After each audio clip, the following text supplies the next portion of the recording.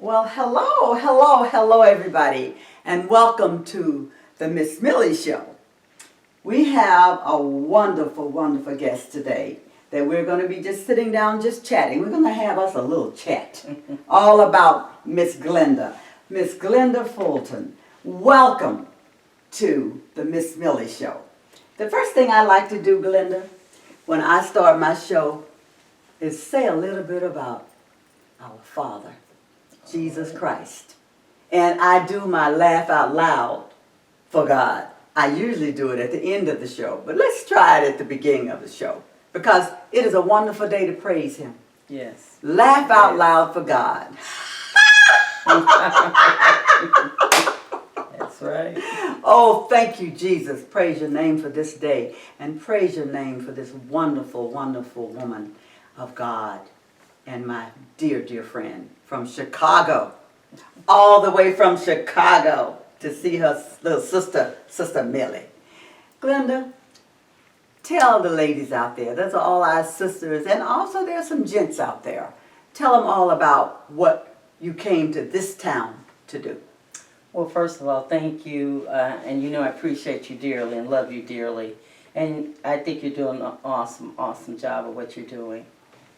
Thank you for the invite to the women's conference. It was magnificent. Oh. To be in that magnitude of women, I call it a sea of women at work.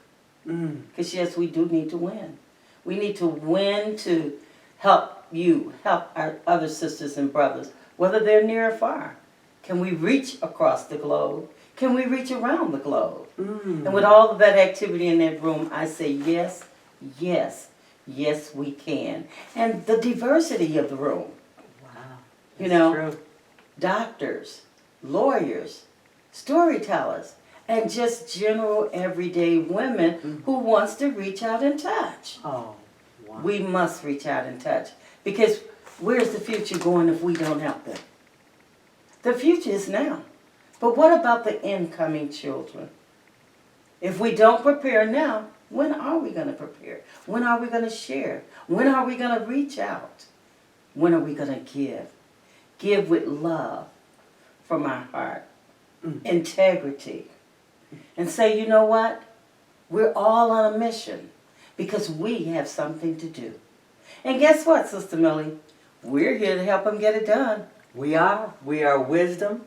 Yes, we are. Seasoned. Yes, we are. Look out there and say hello to Dr. Paula Fillingham. Hello, Dr. Paula Fillingham, and it was awesome to be a part of the audience at that event win. And I'm just loving that word because, yes, we all do want to win. We want to win helping each other. We want to win expanding what we do, whether it's here, out of the United States, around the globe.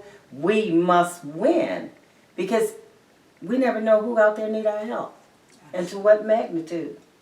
Can we save our families, as I say in my thing, and what I do in my work, I always say, families helping families to be healthy, wealthy, and wise. We must do win. I'm so appreciative of it. Oh, well, thank you so much. That is so sweet. You are just a woman of God that has such depth. You have such love in your heart and so much giving.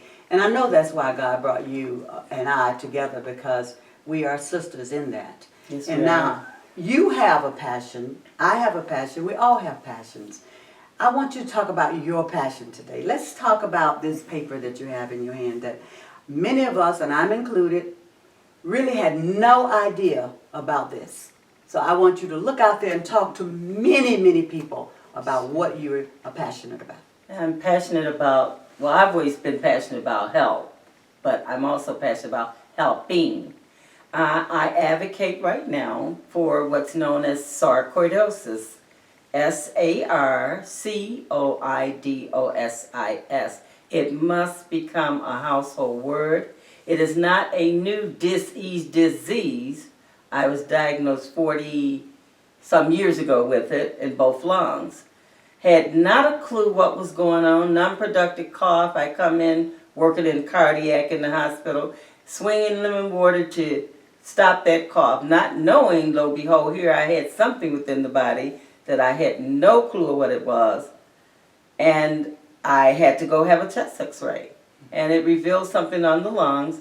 I was asked to go see my doctor. So before I went to a doctor myself, I went to what we had called the TB sanitations in Chicago. And that's where I went first, and they said, no, it's not TB. I went the TB route because I know some of my mother's cousins had TB. So, you know, this is why we have to talk about family talk at our tables to say, you know what, Auntie so-and-so did have the cancer, or whoever had whatever. We got to know those whatevers. So when you have a non-productive cough like I did, I already knew about the TB in the family. They have coughs also, some of them. So I went there first, and they referred me to the University of Chicago to a pulmonologist, which is a lung doctor, who did a biopsy and through my nose, called a bronchoscopy, and came back with a word I in nursing had never even heard of, never seen it on a chart. And here I was now with Sarcoidosis, sarcoidosis. And it was many years, you know, before I knew, jumping fast forward, anybody else in the world with this word sarcoidosis. So I'm thinking, okay, it must not be a serious disease. We haven't seen the word. It hasn't been really talked about. But here I am with something that later on, 20 years later on, I find out, woe and behold, many others have sarcoidosis. My daughter actually found an article in a magazine about a lady in New Jersey. I went to that lady's house and stayed 2 weeks. I said, look, Lord, I don't know why you sending me somewhere that I don't know somebody staying in their house. But I went and met a young lady with it, Sandra Conroy. She had already wrote a book on some things that had happened to her and some things she had, you know, accumulated in the ABCs kind of sarcoidosis. So it was a big help to me to meet her because her form of sarcoidosis was way different from mine. She had problems with being in a flat shoe. She had to wear heels most of the time and just experiencing many things. She was not quite in the wheelchair when I met her years ago. She is in a wheelchair now today because of the sarcoid. So just to say, you know, I don't know the many facets of sarcoidosis. We have to work on putting a face on it. So now I have begun to learn more and more. And in 1995, I became a legal chapter. And in 1996, on June 18th, the first 3 pieces of legislation that I submitted in the state of Illinois was passed. And one of them was to at least put a sheet out, called a fact sheet, through the Illinois Department of Public Health, and all the departments of public health in every state should have them. And that was a fact sheet on sarcoidosis, sarcoidosis. So what I say now to the families, or anyone just in general with us talking out to the world, when you go to the doctor, ask him about that word. Ask him if he's treating anyone with that word, and do they have any kind of information that can tell you about sarcoidosis. Well, Glenda, you just made a statement. You said chapter. Tell the audience out there, when you say chapter, you went through all this, got to know what it was, started to study it, decided that you did not want to see another person come into this and think it's just TB or something else. So you decided to do what? When you say chapter, did you become a legal 501c3 organization that could bring about educational awareness, information, services, referrals, resources. And I do research initiative, but I do want to make it very clear that we have to focus on getting to the worldwide of networks of people, because most time the doctors don't know the word. Let's on a patient. So if you're experiencing symptoms and they can't find out what's going on with you, you want to ask about sarcoidosis. And that's why you hear me spell it often. It's because we need to know, do my doctor, whether it's a gynecologist, whatever the specialty is, even a foot doctor, even the dentist, because I'm experiencing something now with my mouth. It's whatever the lesions could be pushing out, everything has pushed out all of that fine where I don't have paid to put it here. And it's just, it's mind-boggling because we can't seem to get a handle on what is sarcoidosis.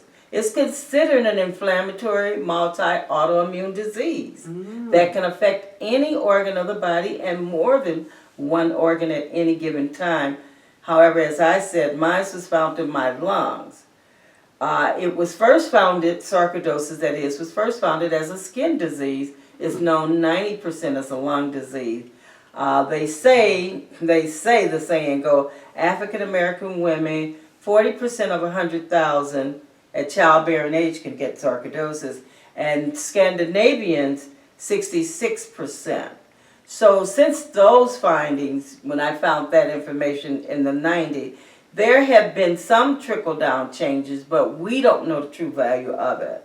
That's just like on the death certificate, jumping fast forward. Sarcoidosis never comes up if that person died of sarcoidosis. It might have said that it was because of a heart attack or something else that was going on that was affiliated possibly with the sarcoidosis, but sarcoidosis was not mentioned at all. So we don't get a good count to have data. Also, we need to learn better too when asking questions about sarcoidosis to the healthcare provider.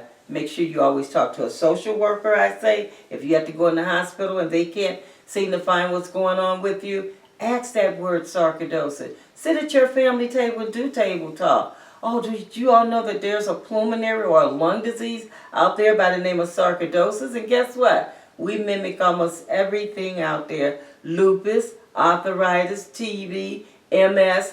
So we want to talk about it in a generalization to capture the fact that if sarcoidosis is not being talked about, and you went through some medical tests and what have you, and they couldn't seem to find what was going on, make sure you ask about SAR, COIDOSIS, sarcoidosis.